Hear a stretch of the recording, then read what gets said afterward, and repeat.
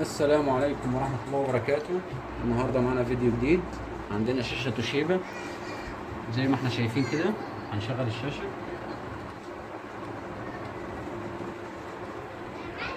كده. الشاشة فتحت. ركز لنا. البانل فصل صورة زي ما احنا شايفين في المنطقة دي كده. هات لي بقية الشاشة. مفيش أي داتا في الشاشة. هنفك الشاشة مع بعض ونرجع لكم تاني. السلام عليكم ورحمة الله وبركاته، ورجعنا لكم تاني. احنا فكينا البانل قدام مننا، وادي تحت الميكروسكوب زي ما احنا شايفين كده. لقينا كوف الجنب بتاعه كان فيه حد شغال قبل كده. موصل هنا عندنا الفي جي ال.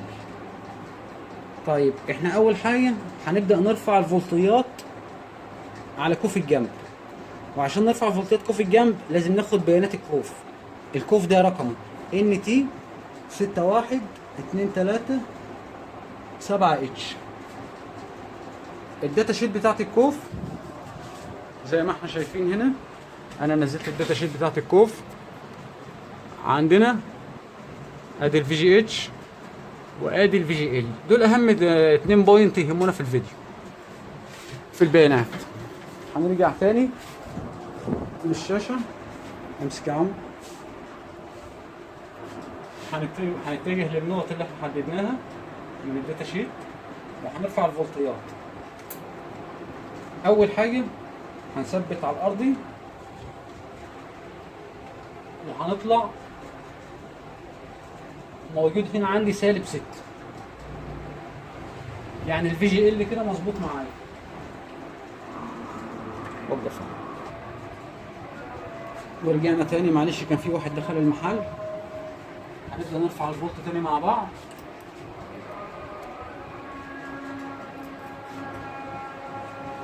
هنبدأ هنا عندنا -6. هات لي الافو. ادي -6. -6 ده جهد الفي جي ال. هات الميكروسكوب. هنروح على الفي جي اتش. هات لي الافو. على الافو -4. كده الفي جي اتش مش واصل معانا. هنعمل ايه في حاجه زي كده؟ هنوصل تراك من البوينت ده لحد التيكون نفسه. هنبدأ نوصل.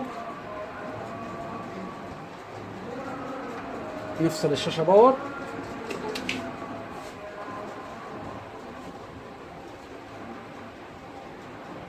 نحط سنة فلكس. تمام. المشرط كان معاك اهو.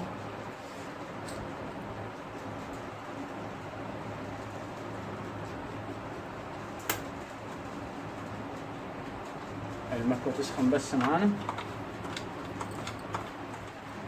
هنبدأ ناخد الجزير بتاعنا.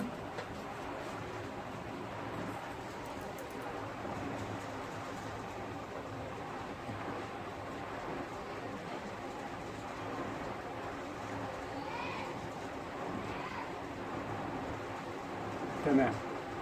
وهناخد الجمبر بتاعنا اللي احنا هنوصله.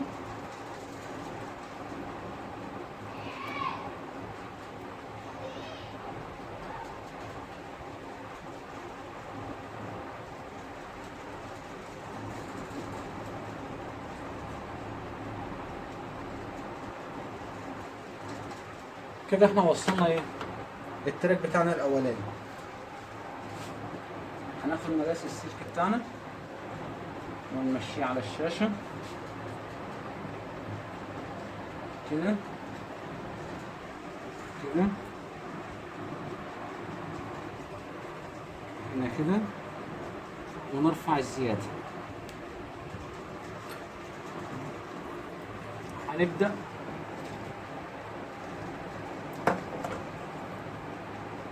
نيجي ننظر الزيت بتاعنا، نعري السلك من اللحام اللي عليه. تمام. احنا هنا حاليا عايزين نشتغل بقى في ايه؟ في التكو.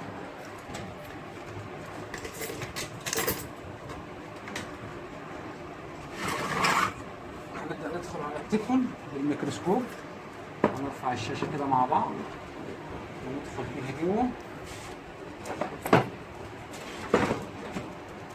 بالمنظر ده. وهنجيب الميكروسكوب بتاعنا هنا كده وننزل ونبحث على نقطة الفي جي اتش. ادي قدامنا نقطة الفي جي اتش. هنبدأ برضه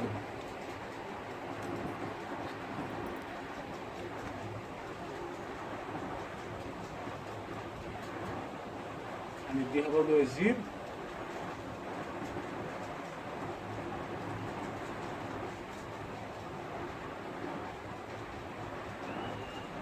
تمام. وهناخد الجمبر بتاعنا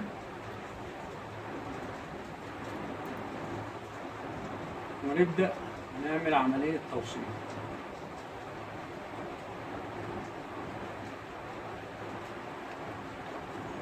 كده احنا وصلنا على كوفي الجنب فولت الفي جي اتش اللي هو 33 فولت.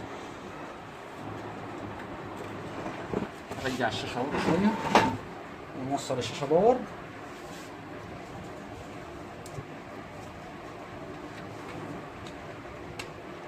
ونسمي الله ونشغل ونشوف كده الجهود كلها وصلت ولا لسه. لسه في كود تانية بتشغل الشاشة برضو. هات الشاشة زي ما احنا شايفين مع بعض. الوضع اختلف حاليا، بدأت تظهر معايا خطوط في الصورة.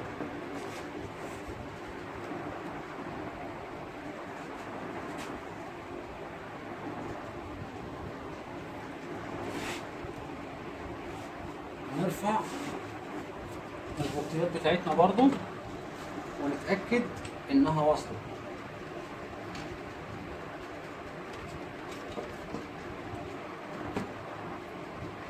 على الميكروسكوب، هات الميكروسكوب على الميكروسكوب ونرفع الفولتيات. ادي هنا -6 تمام، وادي هنا 29 فولت مظبوط معايا. كده اول فولتين موجودين معايا. هنبدأ نتوجه لبقية الكوف. عندي بوينت تانية، يعني عندي الاو اي وعندي الفي دي دي وعندي الاس تي في والسي كي في والاس تي في ار. هنبدأ نرفع الجهود دي ونشوفها. هنجيب سلاح جديد للقطر بتاعنا. هنركب سلاح جديد للقطر بالمشرط.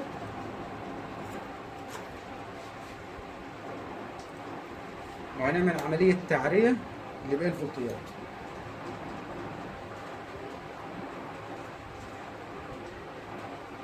لباقي الإشارات، آسف، لأن دي الفاضل ده اسمها إشارات مش فولتيات، إشارات.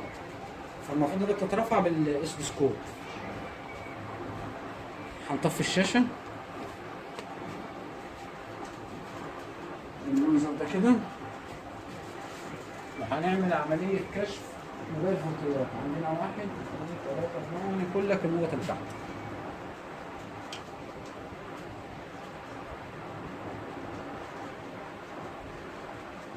هنبدأ نكشف البوينت اللي عندنا ده.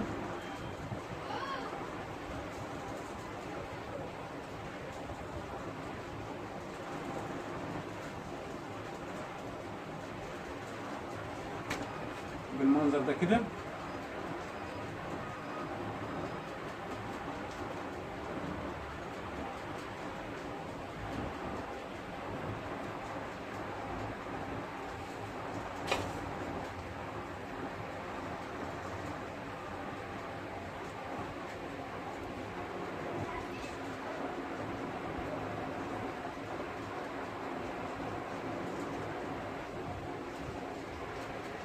فاضل عندي بوينت واحدة هنا اهي.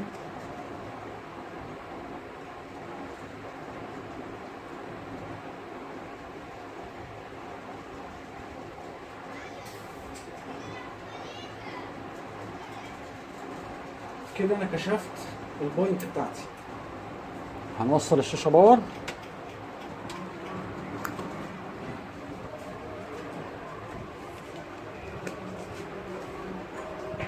ونشغل.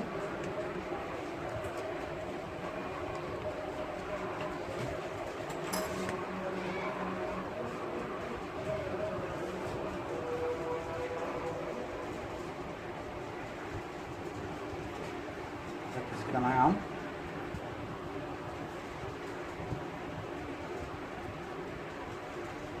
زي ما احنا شايفين انا لما بنلمس هنا بيحصل معايا تغيير في الصورة على النقط اللي انا كشفتها.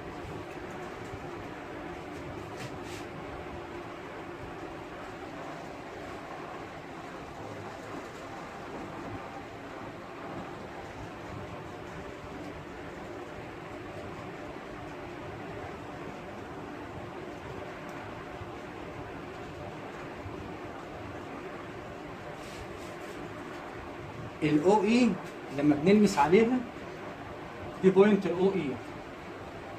شايفين التغيير اللي بيحصل؟ هات الشاشه. دي بوينت الاو اي، شايفين لما بنلمس عليها بيحصل تغيير في الصوره. هنبحث على نقطه البوينت بتاعت الاو اي في التكون بتاعنا.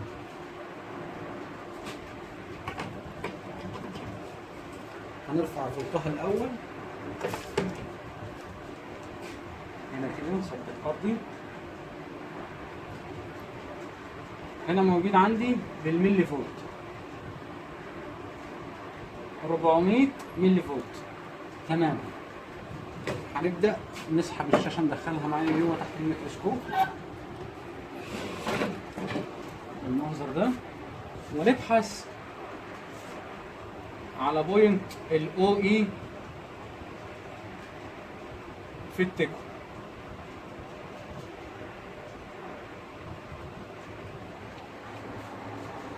ركز يا عمرو معايا.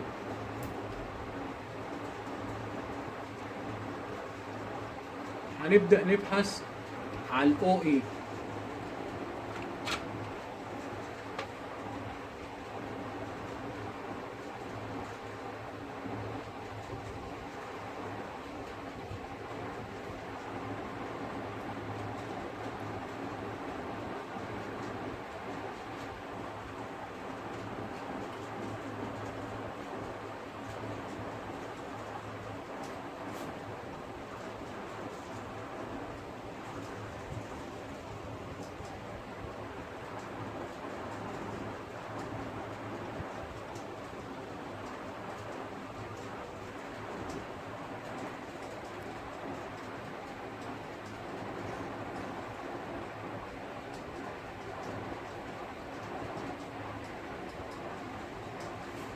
خليكم معانا، هندور على نقطة الاو اي على التكون عشان هياخد وقت وما نطولش الفيديو ونرجع لكم تاني.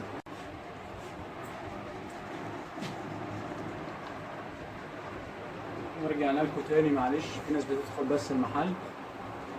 هندخل على نقطة الفي دي دي. عندنا الفي دي دي ما عليهاش فولت، المفروض النقطة دي البوينت ده عليه 3 أو 3 فولت، وعندنا هنا الاو اي ما عليهاش فولت، الفولت عليها متذبذب.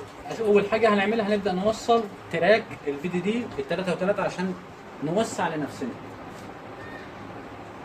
هنبدا ناخد البوينت بتاعنا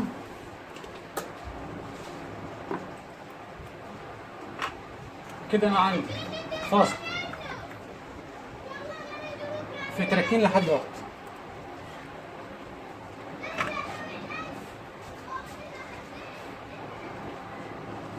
عندنا الفي جي اتش كان فاصل وصلناه وفولت وصل.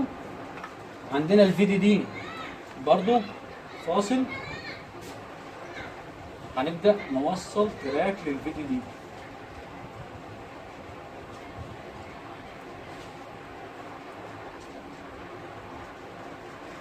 تمام. هناخد الجمبر بتاعنا السلك بتاعنا ندخل بيه طبعا هنا مش بالجنزر، هنعمل عملية نرفع اللحام اللي عليه.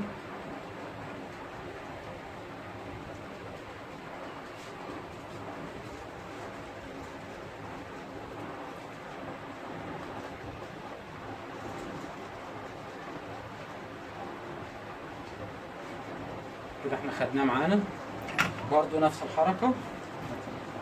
هات الشاشة، هناخد المسافة اللي احنا عايزينها ونفصل، ونرفع برضو العازل اللي على السلك.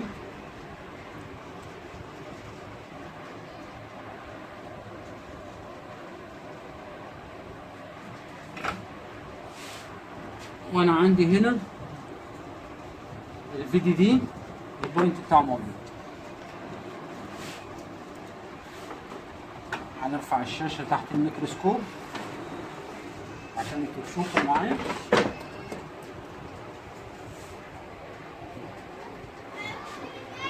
ادي عندي بوينت الفي دي دي، هنوصل التراك عليه.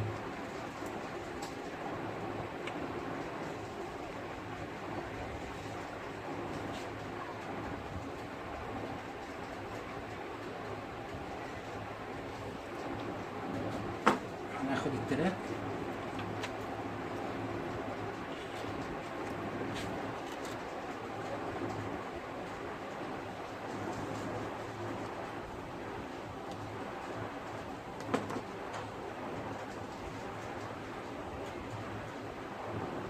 كده، خدنا فولت الفي دي دي. هنعمل ايه؟ هنعمل عملية تيست. هنوصل الشاشة ونعمل عملية تيست. الشاشة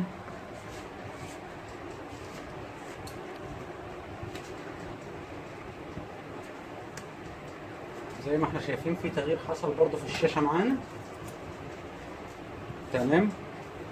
عندي تراك الاو اي مش واصل، اشارة الاو اي مش واصلة، هنوصلها هي كمان.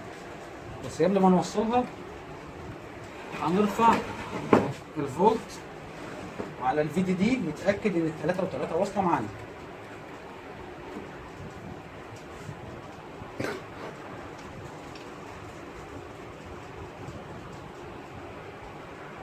مظبوط كده. نمسك الافو بتاعنا نروح على التلاتة وتلاتة، تلاتة وتلاتة وصلت معانا.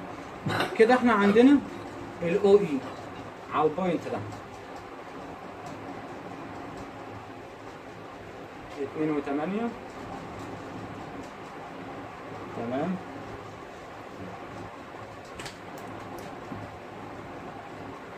هنعمل ايه حاليا؟ هندور على بقية البوينت بتاعت الاشارات في التكو عشان نرفعها. خليكم معانا وهنرجع لكم تاني.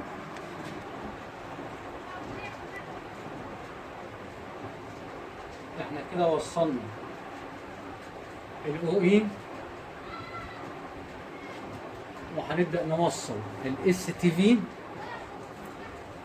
دي الاو اي وادي الاس تي في. هنبدأ ناخد برضه الاس تي في جنبها.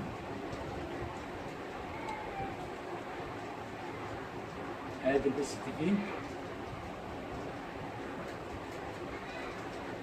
تمام. هنيجي برضه هنا على السلك بتاعنا برضه، ناخد المسافة بتاعتنا ونرفع برضه الزيادة.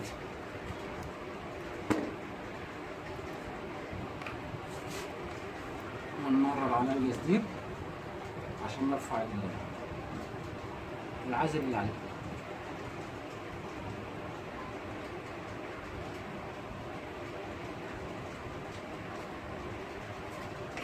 هنسحب الشاشة لبره شوية.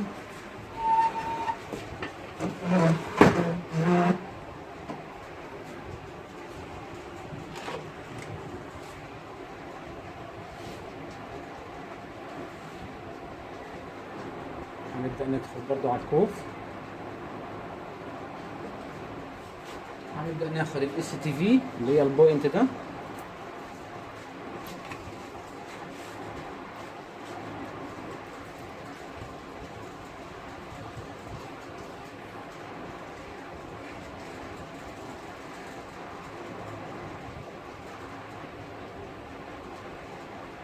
كده، وهناخد السلك الجامبر اللي احنا عملناه.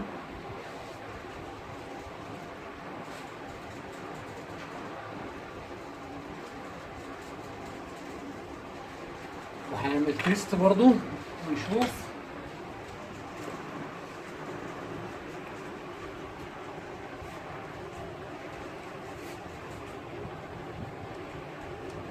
كده احنا وصلنا الفي جي اتش والاو اي والاس تي في.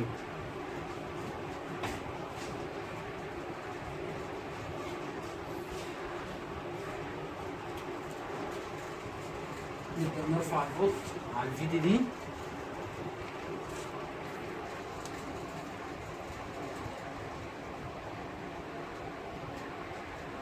طالع معانا تمام. عندي هنا البوينت ده عليه 400 اللي هو اس تي في ار. الاس تي في ار 400 ملي امبير، 400 ملي فولت. نبدأ ندخل على التيكون بالميكروسكوب ونشوف بوينت الاس تي في ار. الاس تي في ار هنلاقيها برضه في نفس الحيز بتاع الاو اي.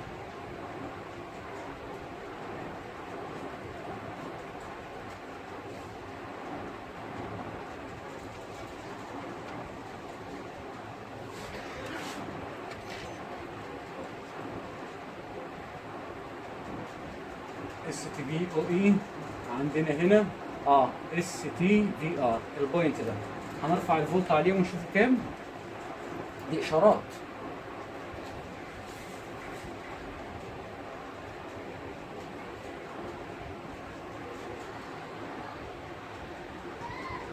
هنا اعطيني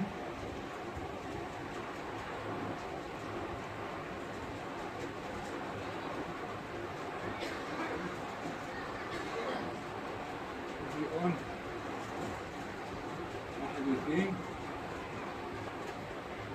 او اي 3 اس تي مفيش. تمام.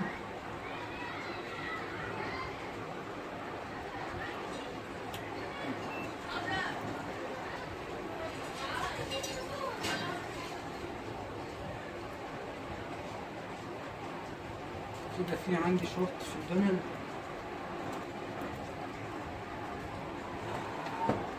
هنعمل عملية توصيل للفي دي دي والاس تي في ار. بس الاول عندي هنا بوينت السي كي في هنشوفه كام فولت. هنرفع برضه الاشاره بتاعت السي كي في ونشوفه. فيديو طويل ممل.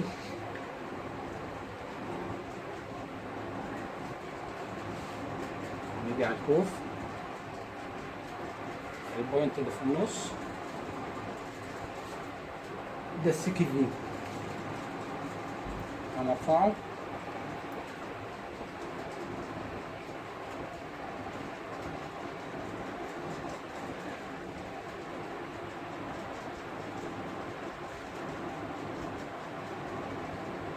سبعمية ملي فولت. هنيجي على التيكون بتاعنا،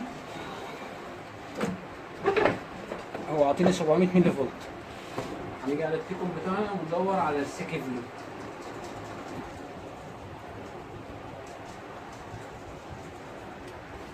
هنيجي في البوينت دي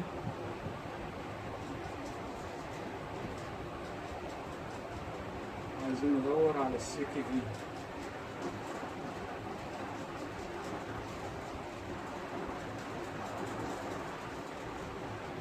هندور عليه ونرجع لكم تاني.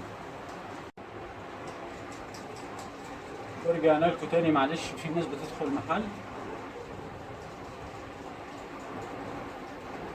ادي بوينت الاس تي في.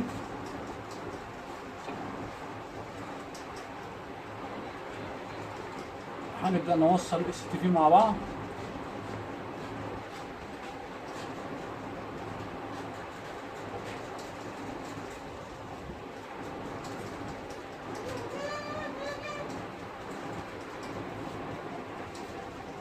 تمام.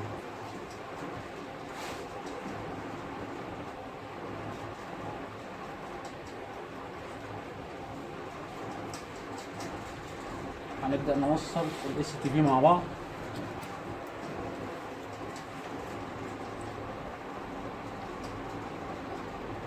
وهنرحل الشاشة. هات لي البوردن، وهنشوف نقطة الاس تي في على الشاشة هنا.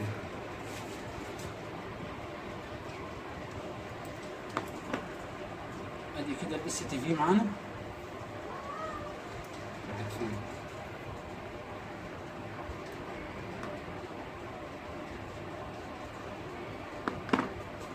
هنبدأ نديها الزير على نقطة الاس تي في. هات الميكروسكوب عشان الناس تشوف معانا برضو.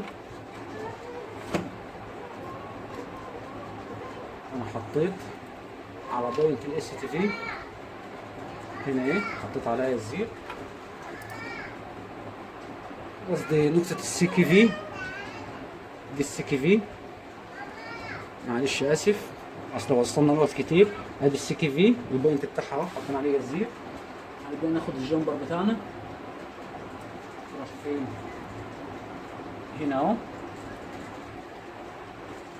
هنبدأ ندخل بيه.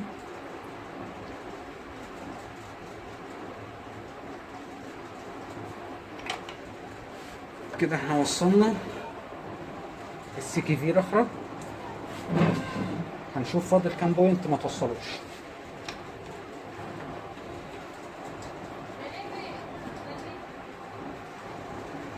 احنا كده ما فاضلش عندنا غير الفي دي دي 3 و3، وعندنا الاس تي في ار ما توصلتش. هنوصل على الوضع ده كده. احنا كده خدنا في جي اتش وصلناها، وصلنا الاو اي، ووصلنا السي كي في، ووصلنا الاس تي في. هنتستت على كده ونشوف هنضطر نوصل الاثنين بوينت اللي فاضلين ولا لا. لو مفيش داتا طلعت معانا هنضطر نوصل الاثنين بوينت اللي فاضلين. طبعا ده تآكل في التراكات اللي موصله الكوفي الجنب. نبدأ نشغل الشاشة معانا. هنا ظهرت معانا داتا. هنا ظهرت معانا داتا. ركز معايا لما في البانل زي ما احنا شايفين هنا. شايفين؟ ده أفضل وضع عرفنا نوصله. هنفصل الفيديو ونركب البانل مظبوط ونوصل صورة ونوريكم الصورة على الطبيعة. احنا كده جمعنا البانل في الحوض، وهنبدأ نسمي الله ونجرب.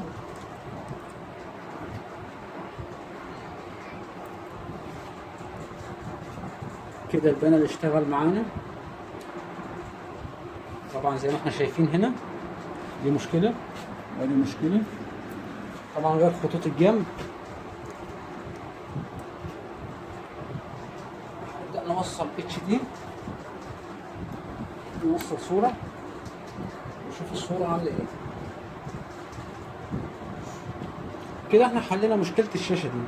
طبعا الخطوط دي موجودة في الشاشة، مش هنقدر نعمله فيها حاجة. الزبون اساسا كان بيشتكي من الخطوط دي قبل كده، كان بيقول لي كان فيها خطوط في الاول، وبعد كده حصل تلف في البانل ففصل خطوط الداتا، خطوط الاشارات وخطوط الفولتيات الفي جي اتش والفي جي ال، فصلهم عن كفة الجنب. وصلنا حوالي ادي 1 2 3 4 خطوط، وكان في خط الفي جي ال وصل قبل كده ان الكوفي الجنب وصل عليه 5 خطوط. وزي ما احنا شايفين مع بعض الشاشة اشتغلت معانا. الفيديو كان طويل ممل مش مترتب، يعني كان مباشر. اتمنى ان يكون مفيد. متنسوش لايك واشتراك وتعليق. شكرا.